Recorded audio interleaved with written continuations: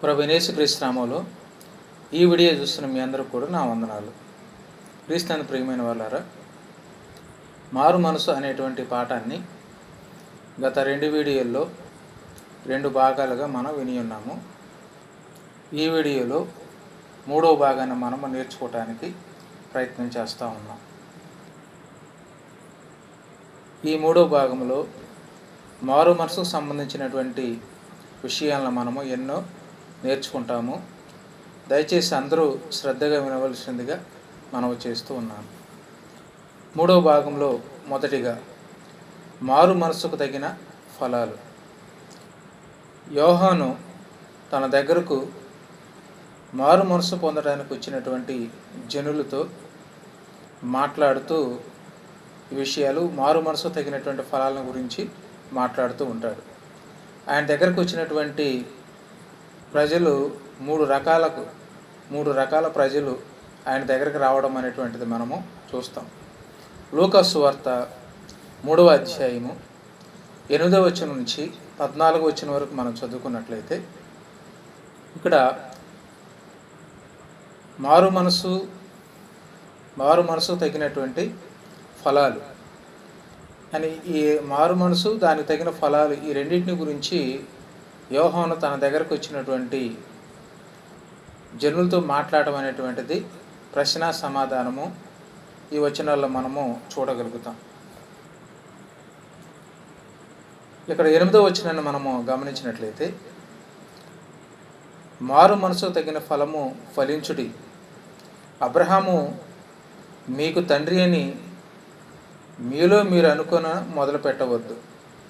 దేవుడు ఈ రాళ్ల వలన అబ్రహామునకు పిల్లలు పుట్టింపగలడని మీతో నిశ్చయముగా చెప్పుచున్నాను అంటాడు. ఇక్కడ యోహాను మారు మనసు తగిన ఫలాలు ఫలించండి అని అక్కడ ఉన్నటువంటి తన దగ్గరకు వచ్చినటువంటి ప్రజలతో మాట్లాడటం అనేది మనం ఇక్కడ చూస్తూ ఉన్నాం. మారు మనసుకు తగినటువంటి ఫలాలు. కనుక ఇశ్రాయేలులో ఉన్నటువంటి గుణము ఏమిటంటే, మేము అబ్రహాము సంతానము, అదే గొప్ప. అబ్రహాము సంతానంగా ఉండటమే గొప్ప, ఇశ్రాయేలీలుగా ఉండటమే గొప్ప, హెబ్రీయులుగా ఉండటమే గొప్ప అనే విధానంలో వాళ్ళు అతిశయించేటువంటి సందర్భంలో వారిని గురించి యోహాను ఈ మాట మాట్లాడుతూ ఉన్నాడు. ఏమంటూ ఉన్నాడనంటే, అబ్రహాము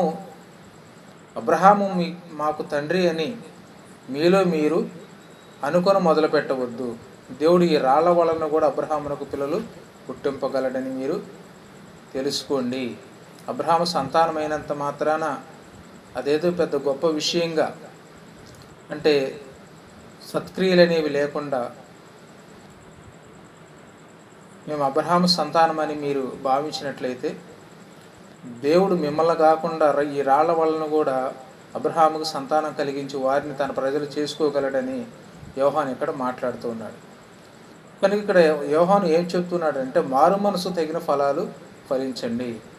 కనుక మారు మనసు అని అంటే మనసు మార్చుకొని, మనసు మారిందని తెలియచేయడానికి దానికి తగినటువంటి సత్క్రియలు చేయడం అనేటువంటి విషయాన్ని యోహాను ఇక్కడ మాట్లాడటం అనేది మనము చూస్తూ ఉన్నాం.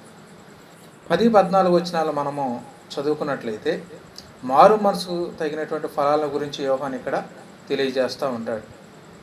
10వ వచనంలో ఆయన దగ్గరికి మారు మనసు పొందేందుకు వచ్చినటువంటి 3 రకాల జనుల్లో మొదటి వారితో మాట్లాడుతూ ఉన్నాడు. 10వ వచనంలో, అందుకు జనులు, అలాగైతే మేమేమి చేయవలెనని అతనిని అడుగుగా, అతడు 2 అంగీలు గలవాడు, ఏమీ లేని వానికి ఇవ్వలేననియు, ఆహారం గలవాడును అలాగే చేయవలనని వారితో చెప్పెను. కనుక ఇక్కడ ఆయన దగ్గరికి మారు మనసు పొందడానికి వచ్చినటువంటి జనులతోటి, అంటే వీళ్ళు సాధారణమైనటువంటి జనులు, వీళ్ళు మేమేమి చేయాలి, మారు మనసు పొందిన తర్వాత మేమేమి చేయాలి అని అడిగినప్పుడు, అప్పుడు యోహాను ఏమంటూ ఉన్నాడంటే, ఏమీ లేని వానికి ఈవలను 2 అంగీలు కలిగిన వాడు ఏమీ లేని వానికి, అసలు ఒక్క అంగీ కూడా లేని వానికి ఇవ్వాలి, అలాగే ఆహారం గలవాడును అలాగే చేయవాలని వారితో చెప్పాను. 2 అంగీలు కలిగినటువంటి వాడు లేని వానికి ఒక అంగీని ఇవ్వాలి. ఆహారం కలిగినటువంటి వాడు అలాగే తనకి 3 పూట్లకో 2 పూట్లకో ఆహారం ఉంటే ఆహారం లేని వానికి ఆహారమును ఇవ్వాలి అని యోహాను ఇక్కడ తెలియజేస్తూ ఉన్నాడు. ఇది మారు మనసుకు తగినటువంటి ఫలము. ఇక రెండో రకమైనటువంటి జనులతో మాట్లాడుతూ 12వ వచనంలో, సుంకరులను బాప్తిసం పొంద వచ్చినప్పుడు బోధకుడా మేమేమి చేయవలెనని అతనిని అడుగుగా. ఎవరు అడుగుతున్నారు అని అంటే సుంకరులు అడుగుతున్నారు. సుంకరులు కూడా బాప్తిసం పొందవచ్చి బోధకుడు మేమేమి చేయవలెనని అడుగుగా వారితో చెప్తున్నాడు. 13వ వచనంలో, అతడు మీకు నిర్ణయింపబడిన దానికంటే ఎక్కువ తీసుకోవద్దని వారితో చెప్పారు. సుంకరులు అంటే మనకు తెలుసు కదా, జక్కయ్య సుంకం వసూలు చేసేటువంటి ప్రభుత్వం చేత నియమించబడినటువంటి ఒక అధికారి. కనుక మీకు ఎంతైతే వసూలు చేయమని ప్రభుత్వం మీకు తెలియజేసిందో దానికంటే ఎక్కువగా మీరు వసూలు చేయొద్దు, జనాలను ఇబ్బంది పెట్టొద్దు, వారిని బాధపరచవద్దు, నియమింపబడిన దానికంటే ఎక్కువ తీసుకోవద్దు.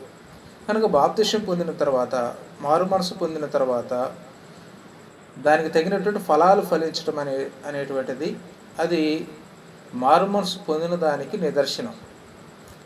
కనుక మారు మనసు పొందానని చెప్పుకుంటూ ఆ మారు మనసుకు తగినటువంటి ఫలాలు అనేవి లేకపోతే అది మారు మనసు కాదు.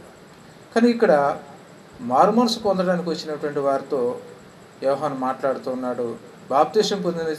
బాప్తిసం పొందవచ్చిన వారితో కూడా యోహాను వారు ఏం చేయాలనేటువంటి దాన్ని తెలియజేయడం అనేది ఇక్కడ మనము చూస్తూ ఉన్నాం. ఇక 14వ వచనంలో మనం గమనించినట్లయితే 3వ రకం వారితో ఇక్కడ మాట్లాడుతున్నాడు. సైనికులను మేమేమి చేయవలని అతను అడిగిరి. అందుకతడు ఎవని బాధ పెట్టకయో ఎవరి మీదనూ అపనింద వేయకయో మితములతో తృప్తి పొంది ఉండుడని వారితో చెప్పాను అంటాడు. అంటే సైనికులు అడుగుతున్నారు మేమేమి చేయాలి అని అంటే, మీరు ఎవరిని బాధ పెట్టవద్దు. సైనికులు అంటే ప్రభుత్వం చేత అధికారం పొందినటువంటి వారు. కనుక మీరు ఎవరిని కూడా బాధ పెట్టద్దు, ఎవరి మీద అపనింద వేయద్దు. మీకు కలిగిన వాడితో తృప్తి పొందండి అని వారితో చెప్తున్నాడు. అంటే ఎవరిని బాధ పెట్టక, ఎవరి మీద అపనింద వేయక, మీకు కలిగిన వాడితో తృప్తి కలిగి ఉండండి, ఎవరిని బాధ పెట్టొద్దు అని యోహాను ఇక్కడ సైనికులైనటువంటి వారితో మాట్లాడడం అనేది మనం చూస్తాం. అంటే వారు కూడా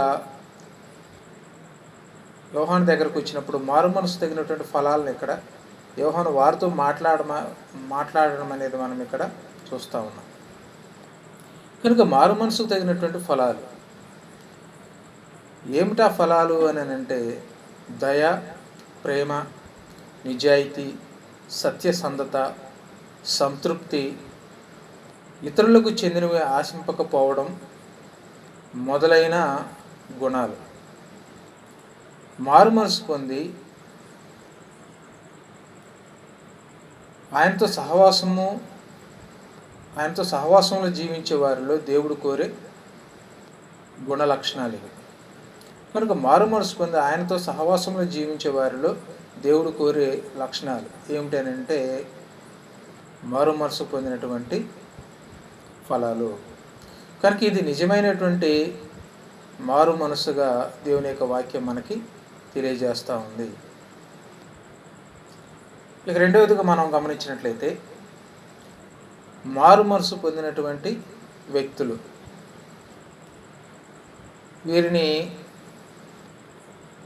మనం మరొక వీడియోలో మారు మనసు పొందినటువంటి వ్యక్తులు ఎవరైనటువంటిది మరొక వీడియోలో మనం తెలుసుకుందాం.